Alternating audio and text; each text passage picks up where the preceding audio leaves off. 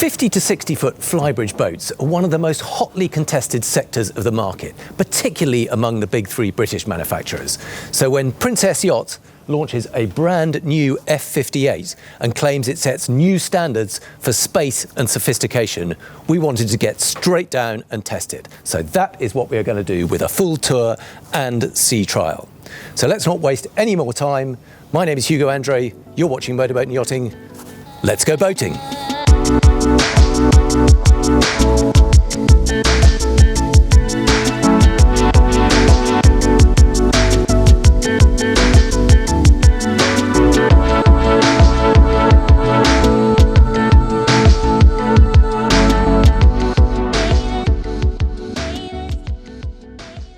Let's start with a quick look at the exterior styling.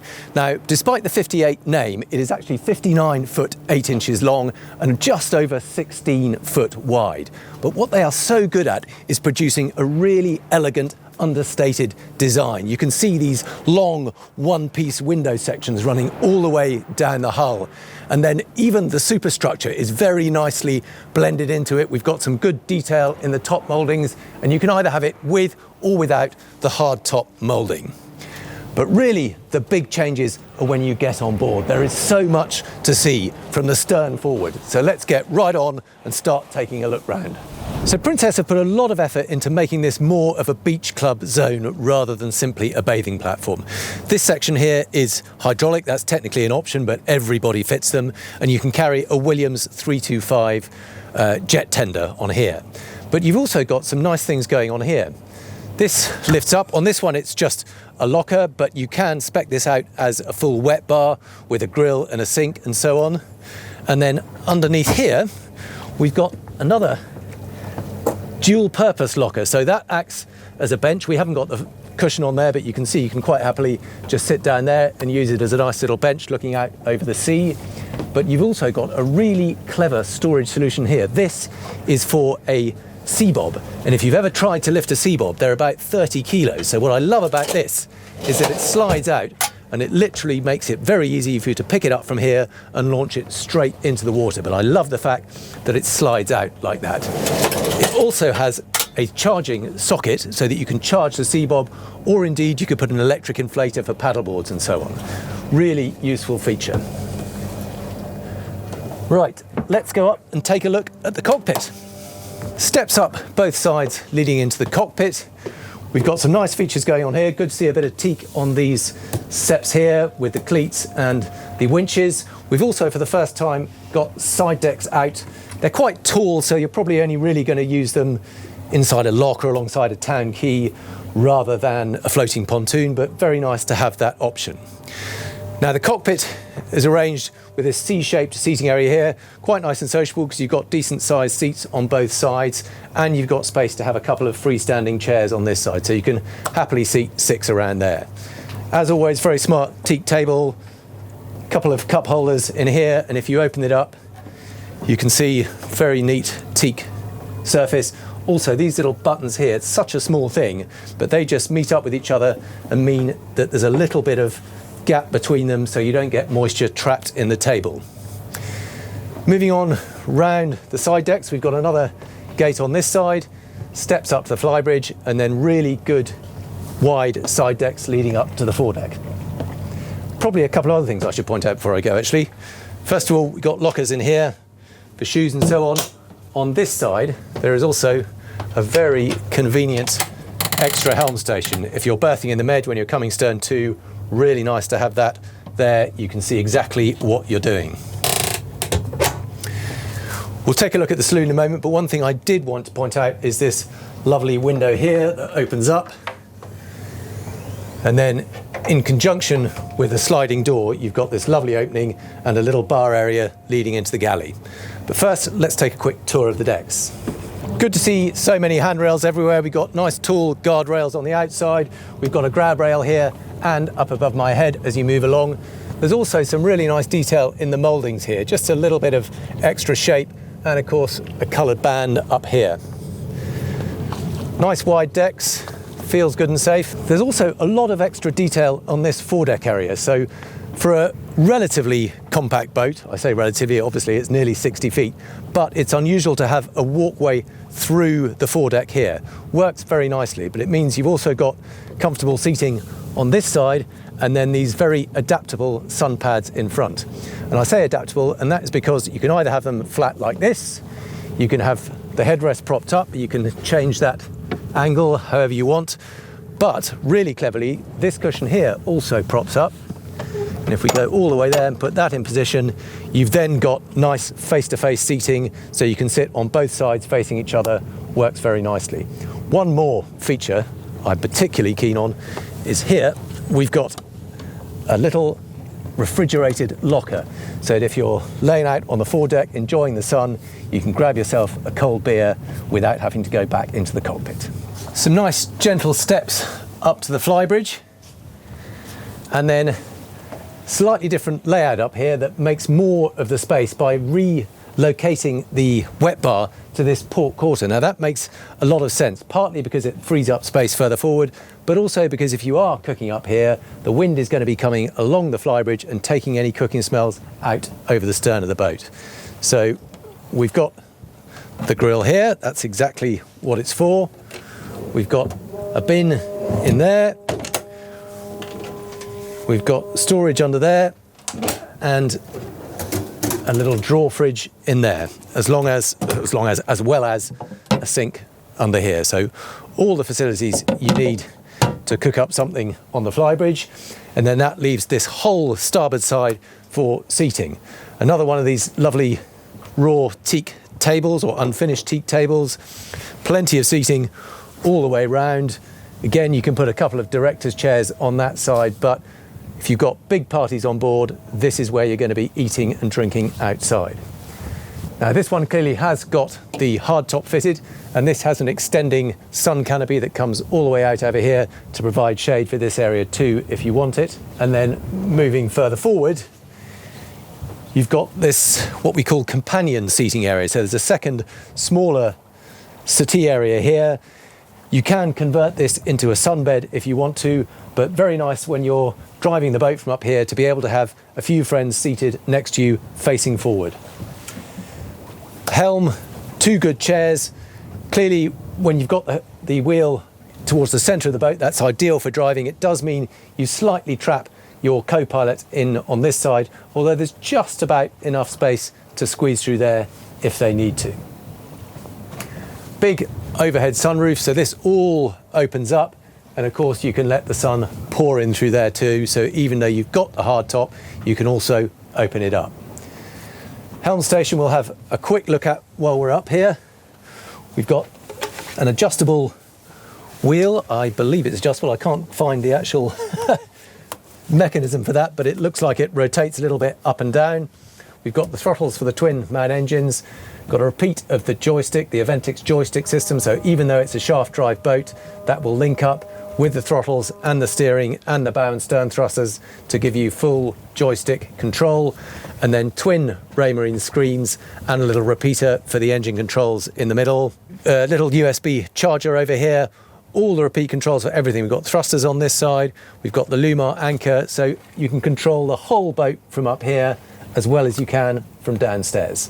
One of the big wins of this new F58 is that they've found space to have a galley and a dining area all in this same aft section. So you've got the wooden floor, it's the same level as the cockpit, so you can very easily come and go even with wet feet, and it's not going to be a problem. Very nice galley area, fairly compact, but you've got enough workspace around here and all the key features. So there's a full height fridge freezer, and I'm really impressed to see just little locks on there. I've been at sea with a fridge like this and the whole door has swung open in a rough sea, so great to see that they've got proper little locks on there.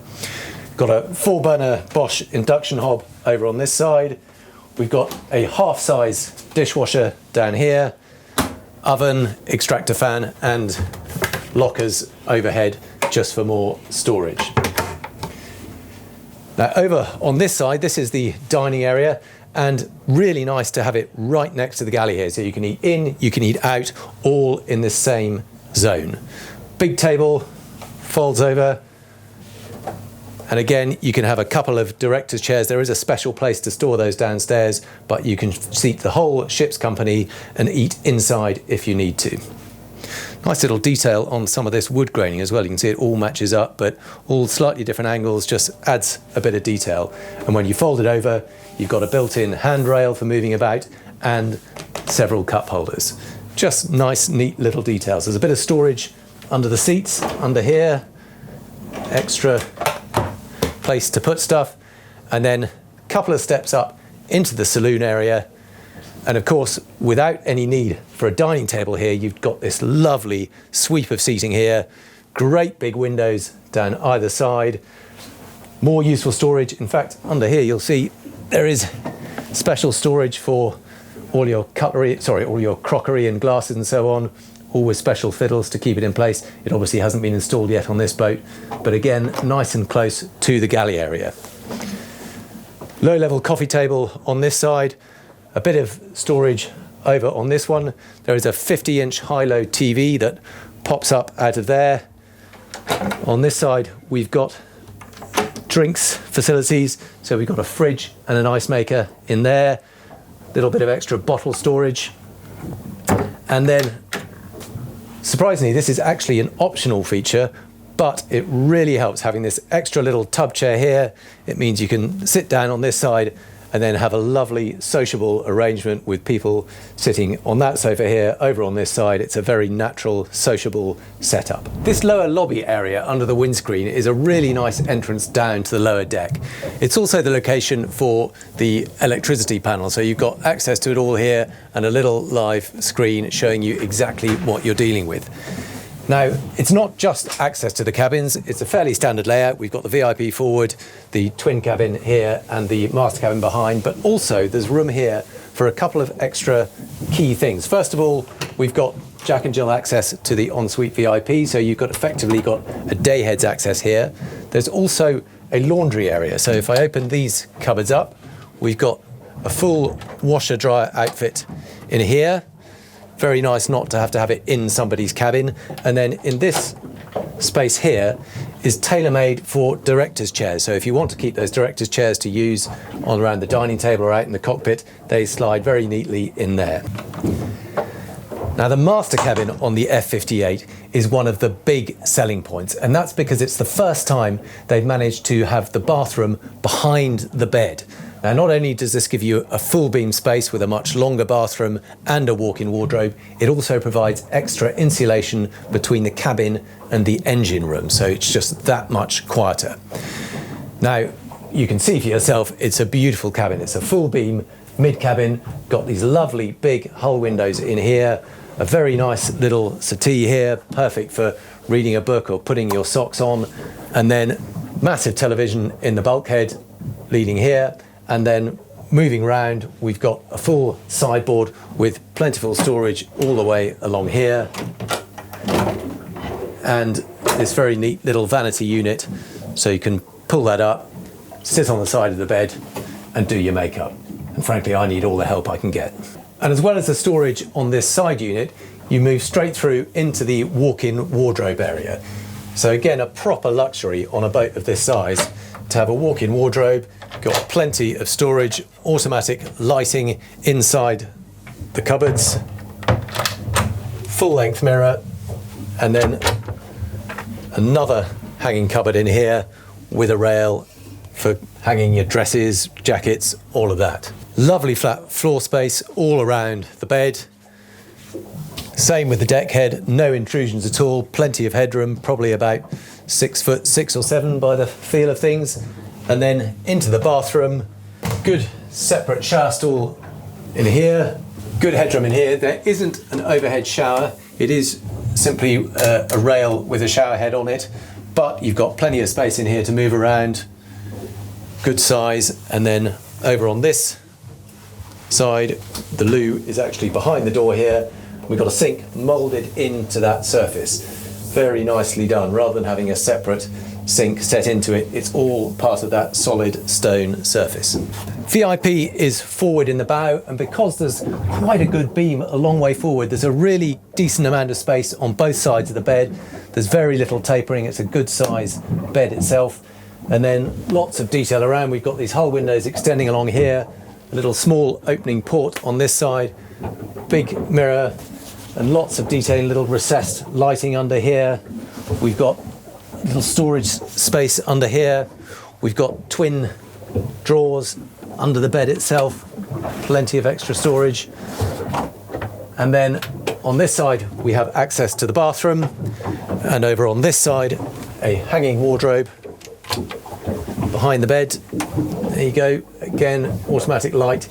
And if I close this door up, you can see there is also a television built into the bulkhead.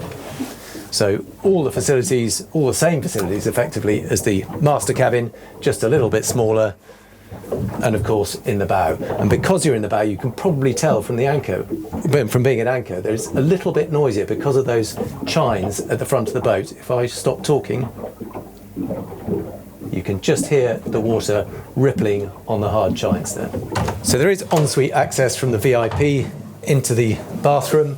This is the one that also has the second access out into the lower lobby, so you can obviously lock that at night and use it as your own private ensuite.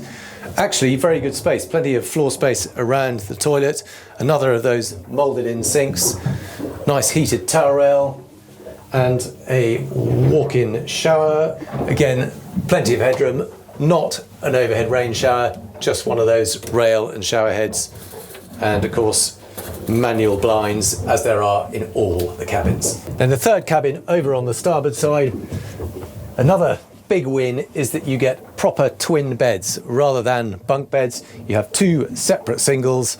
They're relatively narrow, they're probably 2.5 feet, but the big advantage, obviously you can have them set up like this if you've got two children, or if you want to use it for a couple, there is a button here, if I can find the right one. There we go.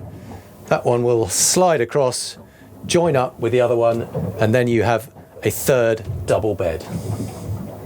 One of the other big boat style features is the access to the crew cabin, which rather than being under the cushions in the cockpit settee, is here under the steps. You just press that button, lift up these steps. There's a couple of gas struts to take the weight, and then there's teak steps down into the crew cabin. Now, I'm not going to show you this in detail because the crew are already using this, but you can probably see there's a pair of bunk beds and a little separate ensuite bathroom. So not enormous, but for a 58-foot boat, you have privacy and your own bathroom and nice easy access without having to disturb guests in the cockpit.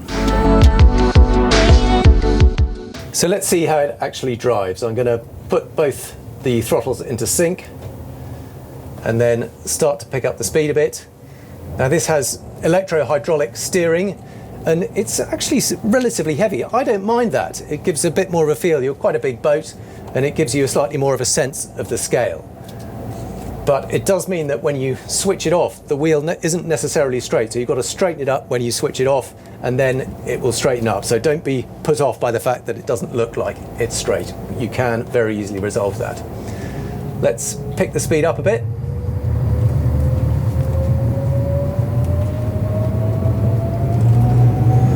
Nice steady rise in the revs, nice and smooth. You can hear them a bit, but relatively speaking, it's quite quiet. So we're now doing 16 knots and 1700 RPM. Just need a little bit of tab perhaps to get the bow down. We've got a little bit of bow lift, but a very comfortable cruising speed. So if I take it up to 20 knots, let's see what it does. So 20 knots equates to about 1800 RPM, and at that speed I can see that we are burning 280 litres per hour, which is roughly 14 litres per nautical mile.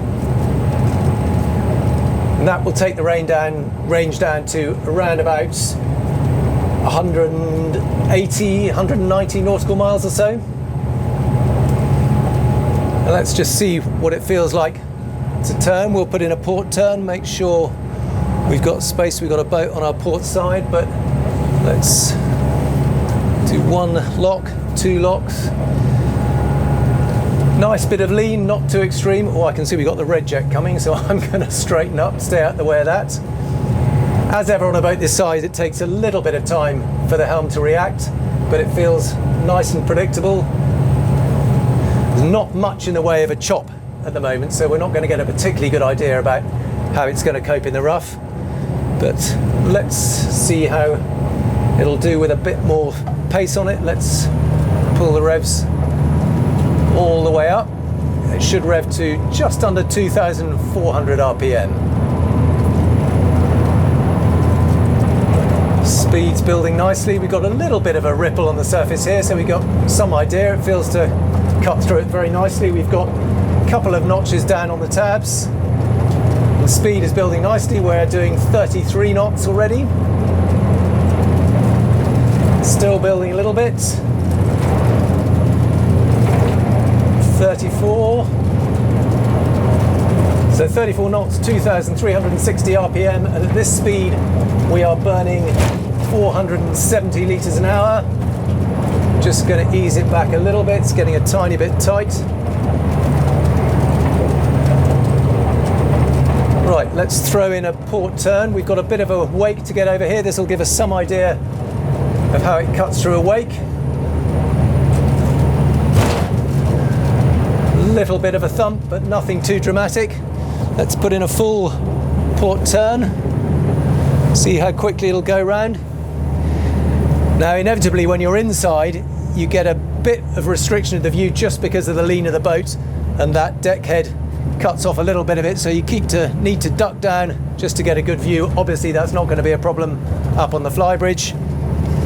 So we're still tracking round. Looks like it's going to be probably about 5 boat lengths. So no sports boat, just going to straighten it up to go through our own wash. That was very comfortable.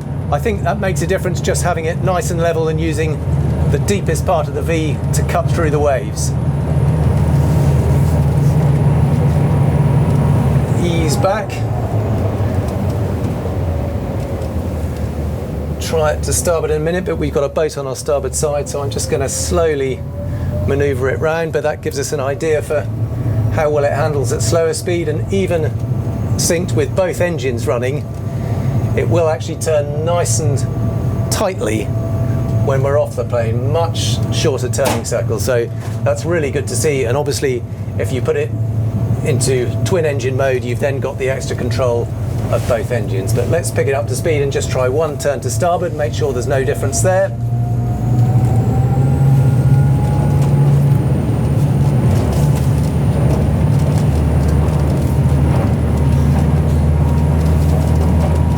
Take it back up to about 27, 28 knots, and let's try a turn to starboard. We'll do 30 knots, okay.